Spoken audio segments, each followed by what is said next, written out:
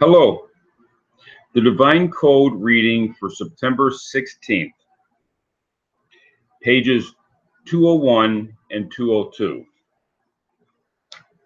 We're in the chapter, The Obligation to Eliminate Idol Worship and the Prohibition of Benefiting from It.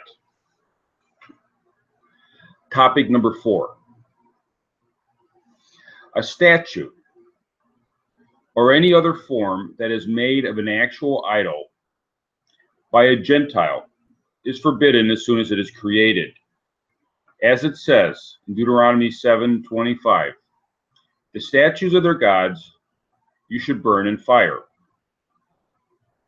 As soon as a statue of an idol is made by a Gentile, it becomes forbidden and must be either destroyed or nullified.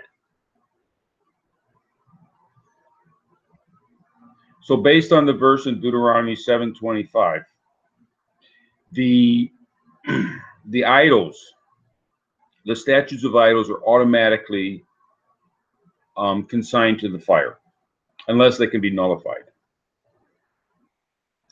In contrast, a statue that is made by and possessed by a Jew is not forbidden until it is served. Now, this is one of those areas of halakha. Now, normally in the area of idol worship, the rules that apply to a Jew and the rules that apply to a non-Jew are very closely alike. You could practically take the same book and say, okay, we're going to apply it in both cases. This is one of the cases where there's a variance between the two. Is if a statue is made, if a statue of an idol is made by a Jew, or if a statue of an idol is made by a non-Jew, as to how the status of that statue is assumed to be. Even if a Gentile buys an idol from a Jew, it is not forbidden to derive benefit from it until somebody serves it. Since an idol is only forbidden to a Gentile if it was made by a Gentile. And in this case, it was a Jew who made the idol. But the idol made by a Jew for a Gentile is forbidden immediately. Like the law of an idol made by a Gentile for himself. Rambam, The Laws of the Worship of Stars and Idols, 7:5. Now, it doesn't mean that it's allowed. What it's referring to here is forbidden for benefit. Could it be used as a mannequin in the department store? Would be one way of understanding it. Would it be permitted? If it is made by a non-Jew, and we're talking about a statue of a image that's used as an idol, and they're going to use it as a mannequin in a department store. If it is made by a non-Jew, it would not be allowed to be used, because it's assumed that it's already an idol. For a non-Jew, for a Jew to make it, it would be allowed to be used as a mannequin in a department store or some other mundane use until it's actually served as an idol. So the assumption, this is the question of the assumption, for a Jew, it's assumed in a positive way that the Jew did not intend for it to be an idol. Even if it's made a statue that is identical to one that is used as an idol, it's assumed that the Jew did not intend for it to be used as an idol. And it's assumed that for a non-Jew, for a Gentile, that it would be used as an idol. It's just the basis of assumption is positive for the Jew. The guilt is considered positive for the Jew, and is considered, the non-Jew would be considered guilty in a case like this, even if the idol has not yet been served. And if the Jew makes the idol for the sake of the Gentile, so the Jew is a craftsman and he takes the order for the statue, but he's doing it for the sake of the Gentile, it's assumed to be for the sake of idol worship.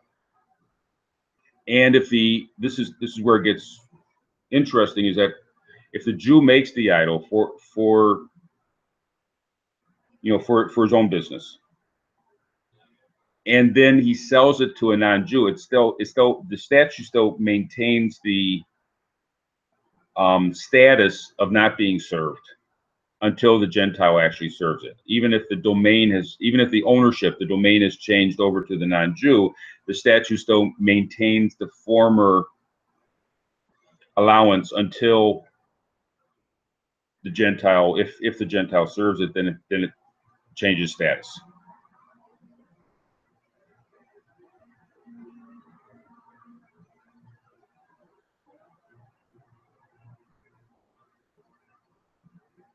But if one commits a transgression by preserving it as an idol, as explained above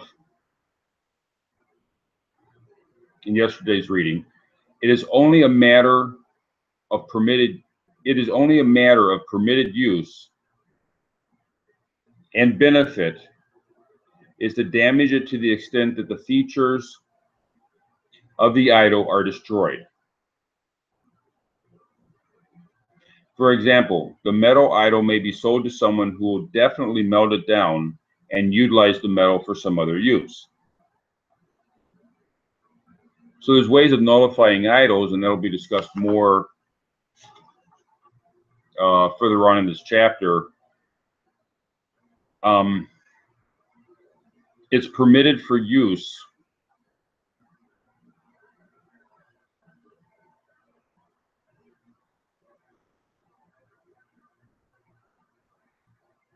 it's assumed the statute, because it still has a status of a statute, which was discussed prior. The status of a statute would still need to be nullified before it can be permitted for use.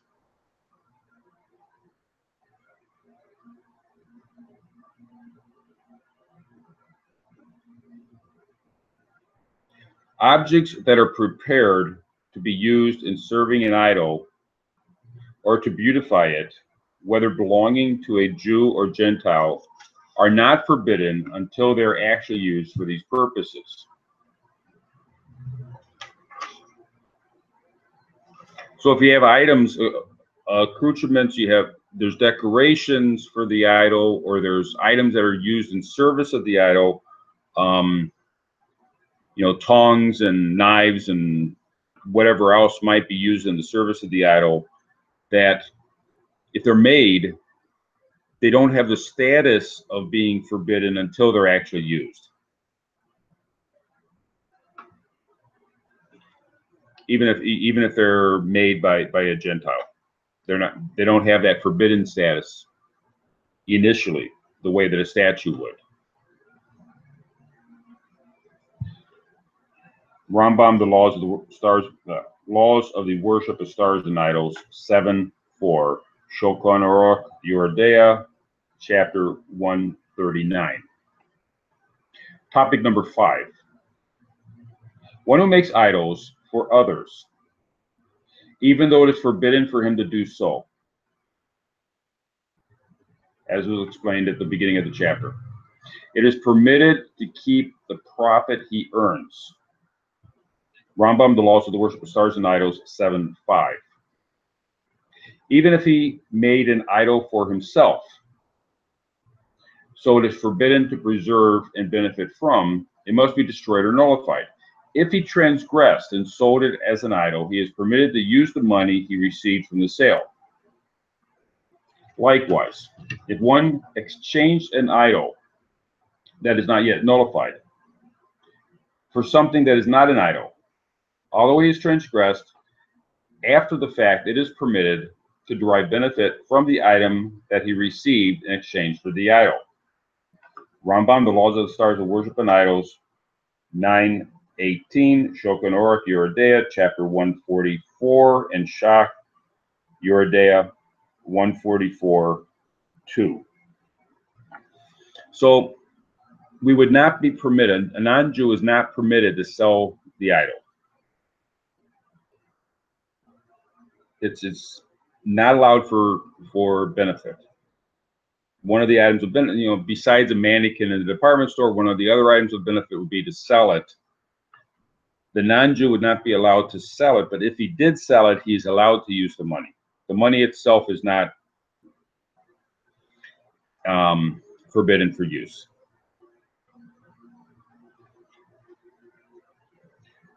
Topic number 6. It has been explained in chapter 5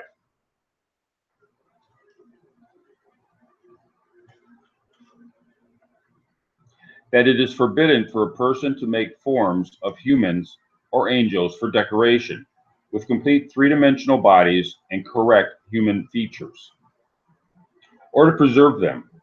However, if these forms are used for decoration, it is still permitted to benefit from them. But from any form or image made for idol worship, it is forbidden to gain any benefit. If forms or images of humans or angels or any other creatures are found, and it is unknown whether they are used for idol worship or just for decoration, one must decide according to the customs of the place and time. If it appears that these objects were probably used for idol worship, they are forbidden. If not, they are permitted. Shak Yordea 141.4. See topic 8:17 below. That if a idol worshiper forsook his idol in peacetime, it proves that he had nullified it by deserting it. But if this was during the time of war, the idol is not considered nullified because it could have been cast out reluctantly or just left deserted while the idolater was fleeing from danger. For example, in the Bible, 2 Kings 7, verse 15. Therefore, any ruling in this and the following topics refer to cases where it is impossible to verify the status of the idol, such as the time of war or the like, when the worshippers may have run away and left it. If, however, its worshippers can be found in its proximity, the idol status is verified according to their account. A practical difference arises if one bows down to statues, as mentioned in this topic, that are generally assumed to be forbidden. A person is liable for a capital sin if he willingly bows down to an idol. In the case discussed here, a person cannot be excused if he prostrated before an idolatrous statue, but he mistakenly thought that it was set up for decoration, since he should have investigated first to find out if it was an idol, especially in the case of statues that are generally known to be idols and are thus forbidden,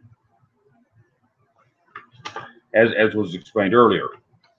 So we have to be able to investigate if we're not sure. I mean, there's cases where it's obviously known that something is an idol, or it's obviously known that something is a statue for decoration. If a person walks into a department store and they see a mannequin, it's assumed that that's an idol that's a statue for decoration, or it's a statue for business purposes. It's not an idol.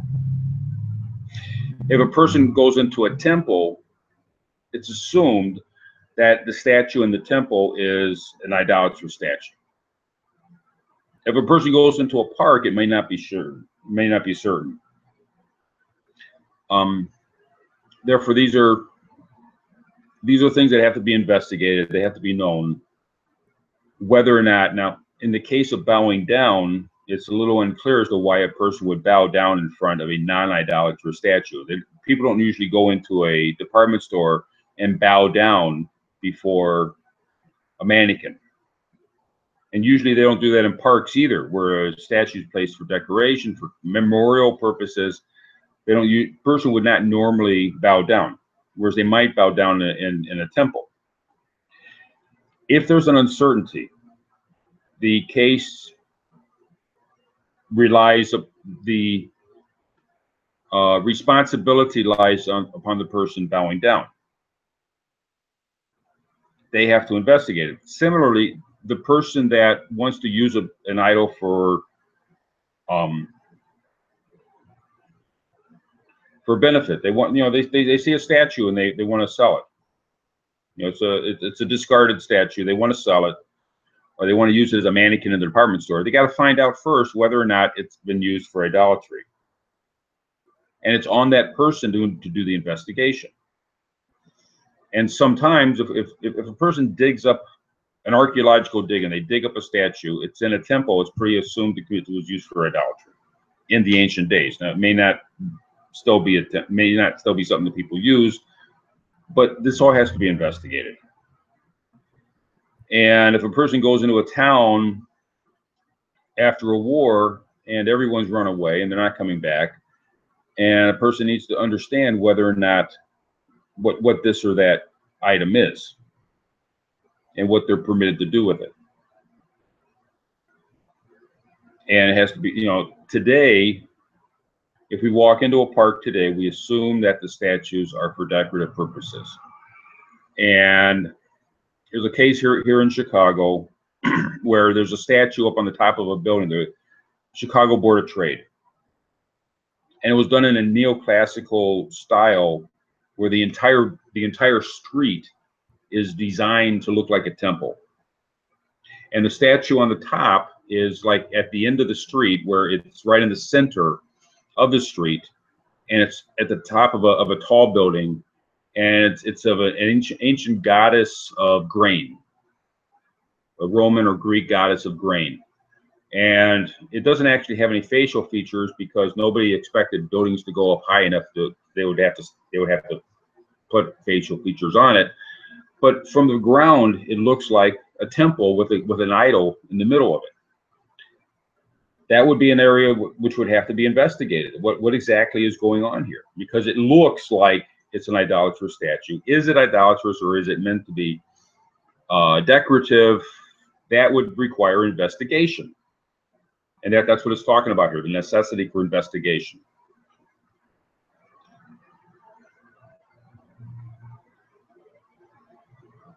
How so?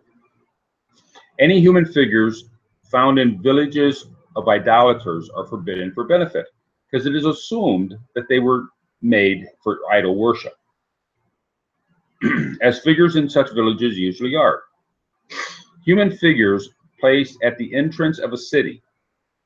See Shak Uridea 141:2. Holding in their hand a stick, bird, ball, or sword, or wearing wreaths or rings, are assumed to have been made for idolatry, such as figures usually are. As such figures usually are.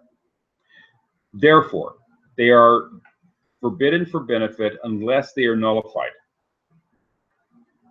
All the forms mentioned here are traditional idolatrous images. These symbols are intended to represent the power and dominion of the idol. If these figures are found that are not normally idolatrous, it is assumed that they were made for decoration and are permitted for benefit.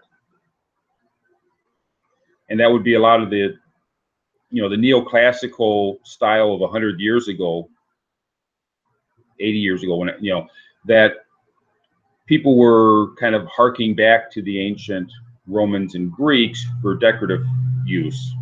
They didn't actually take on the worship of these statues, but they were making statues looking back to the ancient idolatry. So that would be for decorative purposes, hopefully.